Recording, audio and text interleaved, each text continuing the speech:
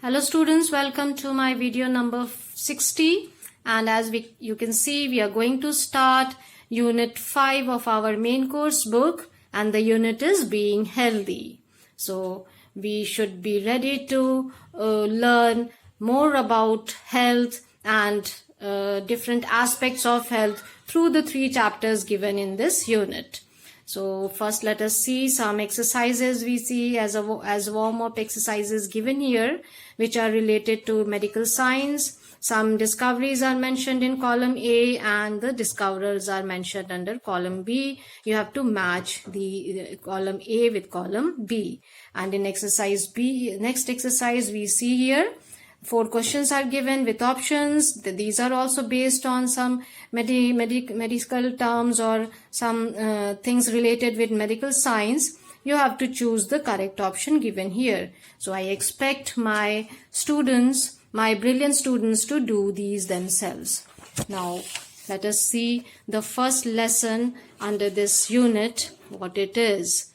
So we see here, it's a poem, House with the Grey Gate, written by Tabish Khair. The poet is Tabish Khair. He is an Indian English author who lives in Denmark. He was born in Ranchi and grew up in his hometown Gaya. He has received the All India Poetry Prize for some of his poems. So we get to see that he is a famous Indian English writer, and this is one of his best work which we are going to learn. Now, before starting, we should know what the basic content of the poem is. The basic content, the main content of the poem is the loneliness of old-aged people.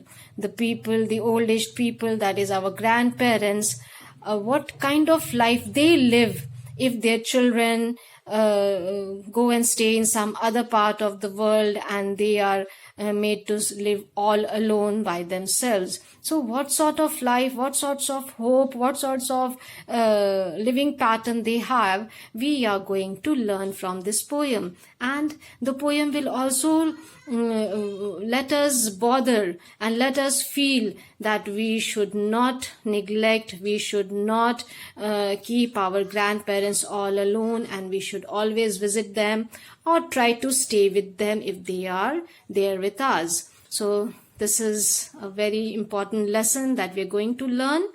House in the poem House with the Grey Gate. So let us begin now. First let us recite this poem.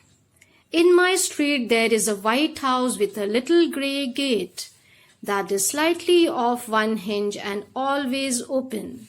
An old woman sits on its porch and knits, looking up when the gate creaks with age or wind, expecting someone though no one comes, nor has come for years. And old man sometimes tidies up the faded garden where shrubbery has spread, refusing to be weeded out. So this is the first stanza, which is made up of 7 lines. And the next stanza also we have, which is made up of 6 lines. So this poem is altogether of 2 stanzas. The first stanza, here we see that the narrator is explaining this particular house with grey gate, which is just in the same street where the narrator lives. There is a white house with a grey gate in my street that is slightly off one hinge and always open. The gate is like the narrator is able to see this house clearly from his house and is able to keep a track or keep observing the kind of life the old couple is having in this house. He notices that the gate, one hinge of the gate is slightly off. That is, it's broken and is always open. One gate, that is 2 gates, as the picture is also given here for us to visualize the thing. 2 gates are there. One gate is always open because the hinge, that is the joining part of the gate with the wall, that particular part is broken. That's why one gate always remains open. An old woman sits on its porch and knits. There is an old woman whom the narrator always sees sitting on its porch and knits. Porch is the front portion of the house with a shade over it, and there she sits and knits. That is the kind of activities this old couple does. We need to observe, or we need to keep a track of that also. Looking up when the gate creaks with age or wind. So these are the different things, different actions or different activities the old couple does here. Looking up when the gate creaks with age or wind. This old woman, she sits and knits, and she looks up when the gate creaks with age or wind. So there are two reasons of the gate to creak. Creak is the sound that the gates make. The gate makes. Why? Because the hinges are rusty and old, and that is why it makes sound whenever the wind blows and the gate moves, and that creates the creaking sound. Expecting someone. So the lady, the woman, the old woman, she looks up to see if someone is coming or not. Means she is expecting someone, though no one comes, nor has come for years. Still the hope, still the expectation is there in the old woman. Whenever she hears creaking sound of the gate, she looks up to see if anybody has come. An old man sometimes tidies up the faded garden. So this is the usual scene in that house which the narrator notices. That old woman, she sits on its porch and knits and looks up whenever there is any sound, creaking sound of the gate. And an old man, he tidies up the faded garden. Faded garden means an unkept garden that is not looked after. Now we can make out that these old people, how could they just keep doing different sort of activities in their home to survive, and even maintain the garden. So the garden was unkept.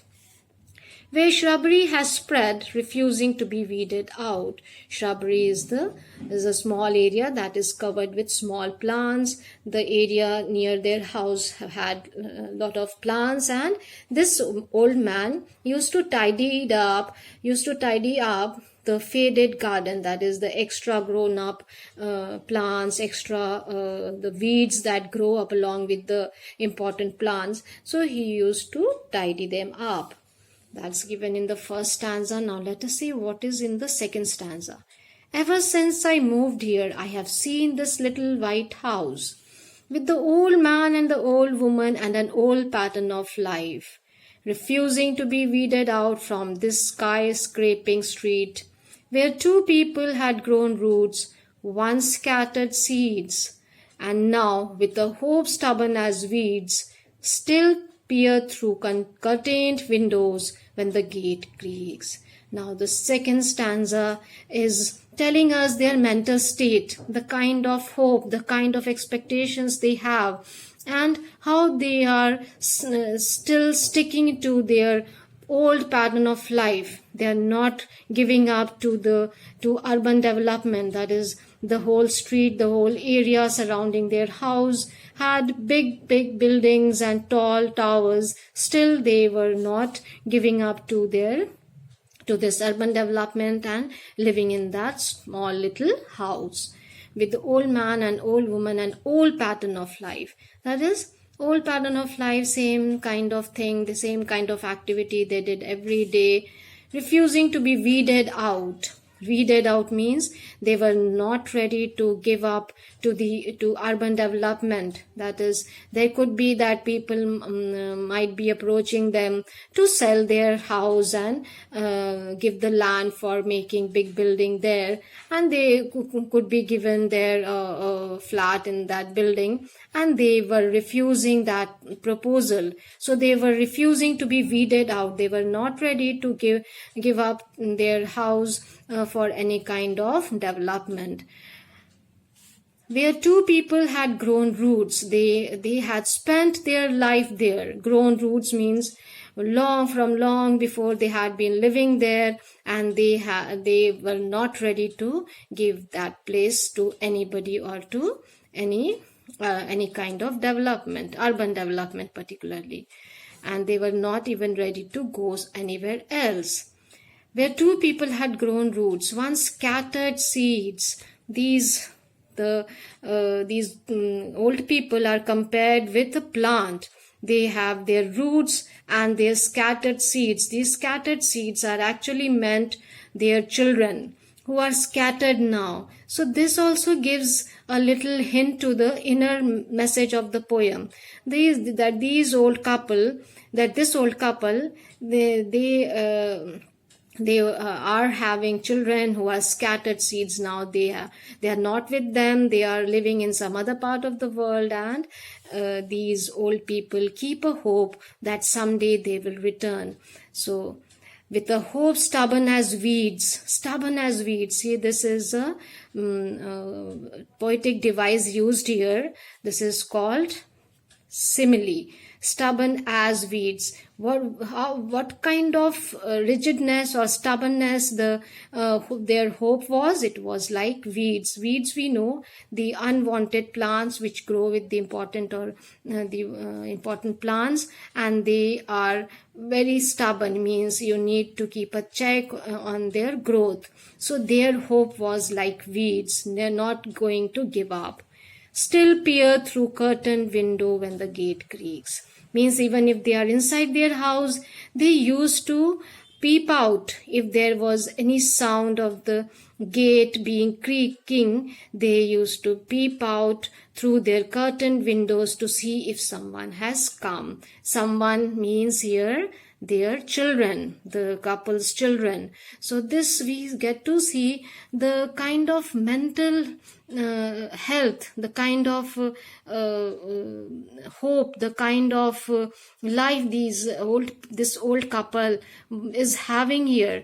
It's ask us to ponder on the thing that we should never leave our grandparents alone, and should never let them live like this all alone, hoping to get united with their with their children. So it's an important message for all of us, that the grandparents are very much important. We should always spend time with them, and we should never let them live alone by themselves. So very important thing we learn here. This couple is having so much hope. Even like every day they keep watching out whenever there is any sound of the gate creaking. They like feel as if their children have come, and that means they want to reunite with their children, want to meet them.